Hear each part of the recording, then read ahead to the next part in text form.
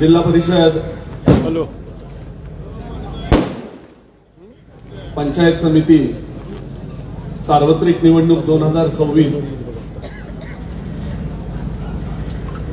या निवडणुकीच्या अनुषंगाने कुडाळ येथील बाजारपेठेत आपली भारतीय जनता पार्टीची आज भव्य सभा आयोजित केलेली आहे। या सभेला मार्गदर्शन करण्यासाठी उपस्थित असलेले आपले सगळ्यांचे नेते माननीय नामदार श्रीमंत छत्रपती शिवेंद्रराजे भोसले, नुकतंच ज्यांनी आता मार्गदर्शन केलं ते माझे सहकारी सुहासदादा गिरी, कृषी उत्पन्न बाजार समितीचे सभापती जयदीपदादा शिंदे, उपसभापती हेमंतदादा शिंदे, माझे मार्गदर्शक आणि कुडाळ विकास सेवा सोसायटीचे अध्यक्ष मालोजी अण्णा शिंदे, किसनवीर सहकारी साखर कारखान्याचे संचालक हिंदूराव अप्पा तरडे, माझे सहकारी प्रवीणजी देशमाने, मुळीत गुरुजी,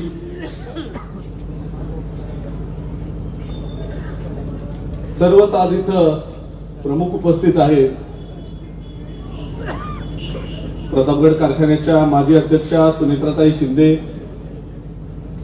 11 गावातली सगळी मंडळी, मच्छिंद्रप्पा शिवसागर असतील, चव्हाण साहेब असतील, आजच्या या कार्यक्रमाला आवर्जून उपस्थित असलेले पिंपळेश्वर वाकडेश्वर ट्रस्टचे अध्यक्ष आणि माझे काका प्रतापराव बापू शिंदे असतील, दादा पाटील, शिवानाना, आमचे राहुलजी माने, अंकुशरावजी शिवणकर, मुरलीधर नाना शिंदे,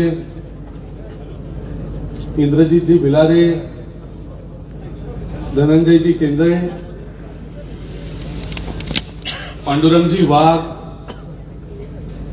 अजितजी मर्डेकर, सर्वच आज इथं उपस्थित आहेत आणि प्रामुख्याने उपस्थित आहेत ते आपल्या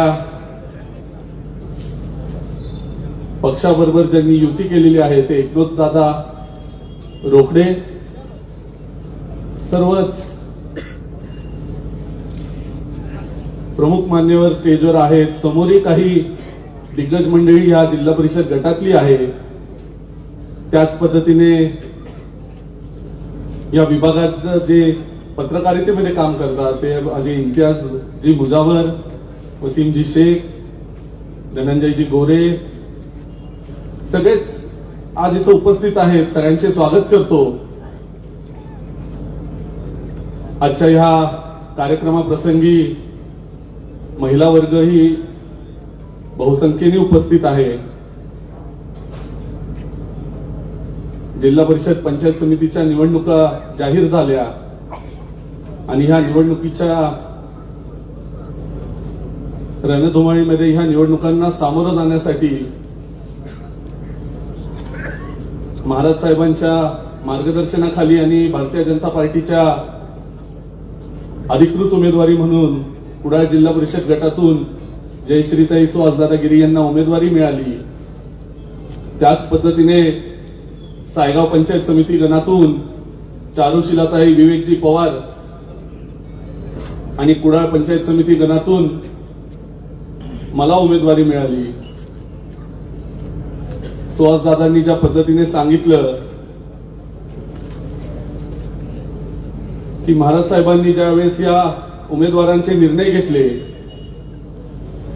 त्या दिवसापासून आजपर्यंत एक चांगल्या पद्धतीचं वातावरण कुडाळ जिल्हा परिषद गटामध्ये तयार करायचं काम आम्ही सर्व मंडळींनी केलेलं आहे आणि निश्चितपणे 9 तारखेला निकाल हा आपल्या बाजूनी लागेल। महाराज साहेबांच्या माध्यमातून जर तालुक्यामध्ये म्हणा किंवा किंबहुना कुडाळ जिल्हा परिषद गटामध्ये म्हणा ही विविध विकास कामं झालेली आहेत, ही आपल्याला वस्तुस्थिती आहे, ही दिसत आहेत, शाश्वत आहेत। मग आपला पाचोड पासून आलेवाडी पर्यंतचा हा जो आपला हॅमरोड असेल, जो कोकणात जातो, सायगाव पासून खर्शी पासून सोनगाव पर्यंत येणारा कॉन्क्रीट रोड असेल, नुकताच मंजूर झालेला आणेवाडी पासून वाघेश्वर पर्यंतचा रस्ता असेल, त्याच पद्धतीने कुडाळच्या चौकातून करर पर्यंतचा रस्ता सुद्धा महाराज साहेबांनी नुकताच मंजूर करून आणलेला आहे. आणि अशा पद्धतीने या कुडाळ जिल्हा परिषद गटामधील प्रत्येक प्रमुख रस्ता आज चांगल्या पद्धतीने त्याचे काम पूर्णत्वास गेलेले आहे.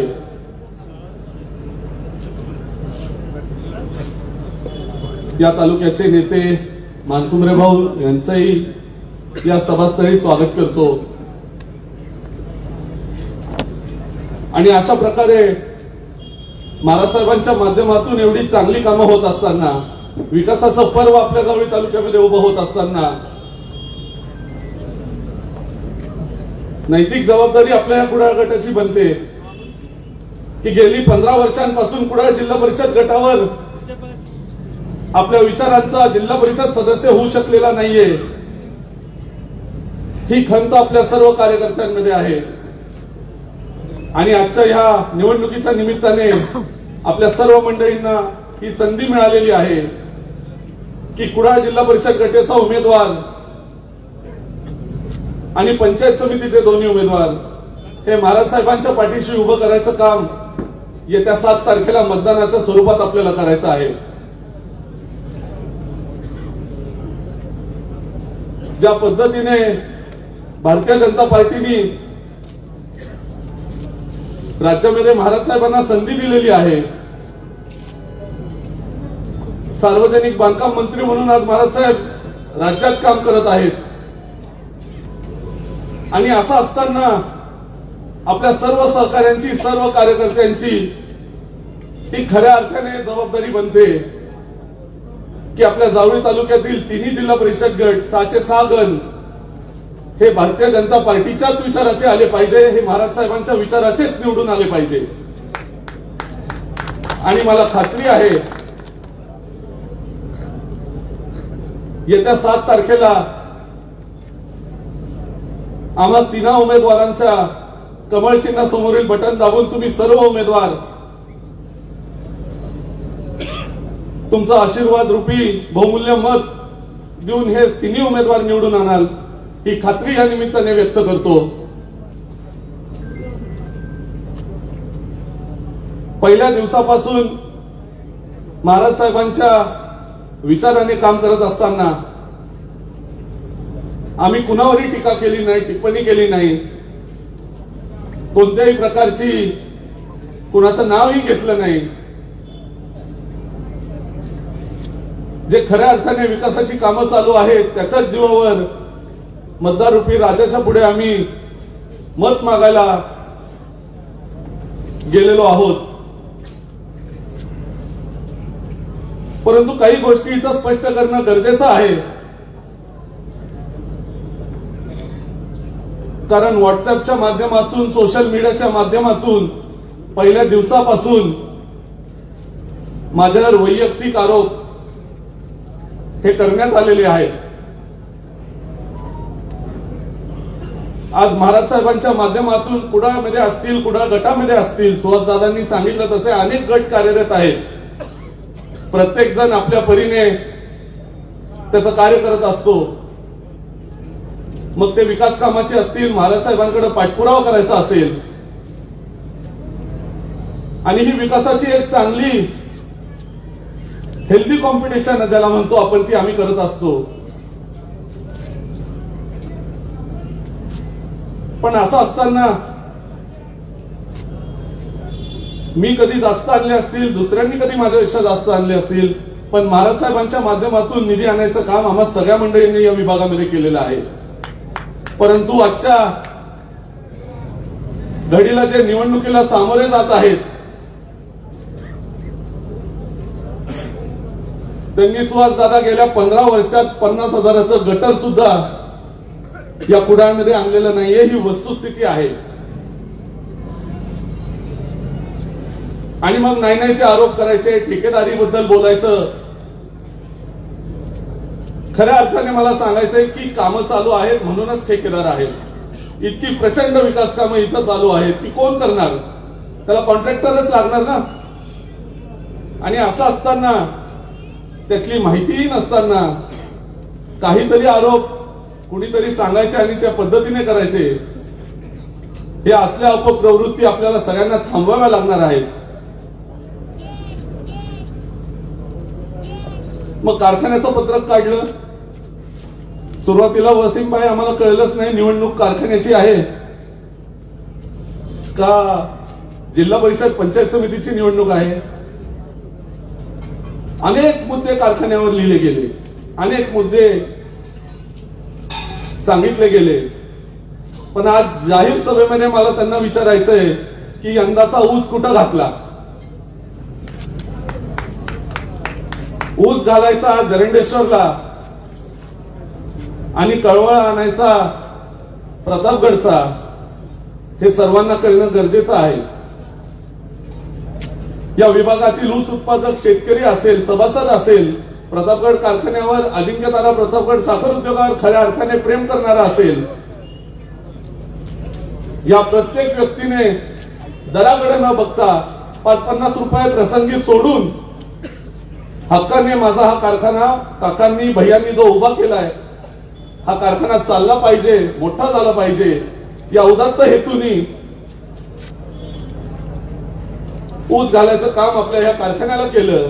आणि असं असताना 5-50 रुपये जास्त मिळतील या हेतूने हे मासे दुसऱ्या कारखान्याला ऊस घालतात, मात्र व्हॉट्सअपवर कळवळा प्रतापगडचा आणतात. या गोष्टी खरंच कळणं गरजेचं आहे. मग म्हणतात घराणेशाही आहे.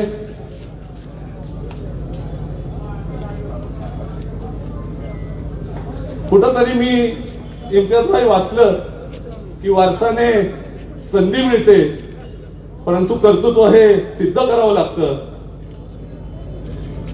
आणि त्या अर्थाने गेल्या 15, 16, 20 वर्षांपासून महाराज साहेबांच्या माध्यमातून कुडाळ परिसर, जावळी तालुका यामध्ये आम्ही सगळेजण कार्यरत आहोत. तुम्हा सगळ्या मंडळींना माहित आहे की निवडणूक लागल्यापासून त्यांना कुणालाही भाऊ आरोप करता आला नाही की मी पुण्याचा आहे किंवा मी पुण्याला असतो. कारण हे संपूर्ण तालुक्याला माहित आहे की मी 24/7 पूर्ण वेळ कुडाळमध्ये उपलब्ध असतो आणि हीच माझ्या कामाची पोचपावती आहे.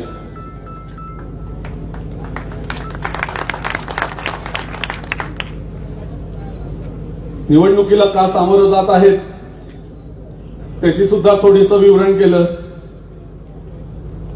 कुडाळ विकास सेवा सोसायटीच्या माध्यमातून आमचे मालोजी अण्णा चेअरमन म्हणून कार्यरत आहेत. ज्यावेळेस माझ्यावर आरोप करतात की 17, 20 वर्ष आणि हे संस्था, ती संस्था यांच्या ताब्यात आहेत, मग 17 वर्ष का तुम्ही एकटे चेअरमन आहात? का आमच्या मालोजी अण्णांनी होऊ नये?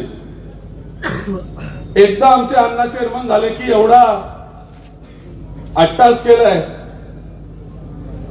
आणि एक चांगल्या पद्धतीने संस्था अण्णा चालवत आहेत. मग असं असताना तुम्ही का ठेका घेतलाय का काय घेतलाय? गेली 4 वर्ष मी बघतोय अण्णांची धडपड असते, तळमळ असते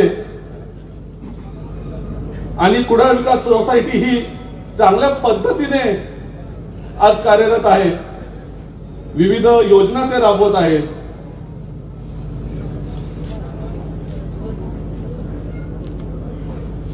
प्रतापगड कारखान्याच्या निवडणुकीच्या वेळेस सुद्धा महाराज साहेबांना विनंती केली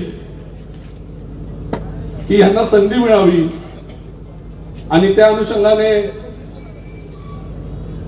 महाराज साहेबांच्या मार्गदर्शनाखाली, नेतृत्वाखाली ती निवडणूक झाली आणि तिथं संधी देण्यात आली.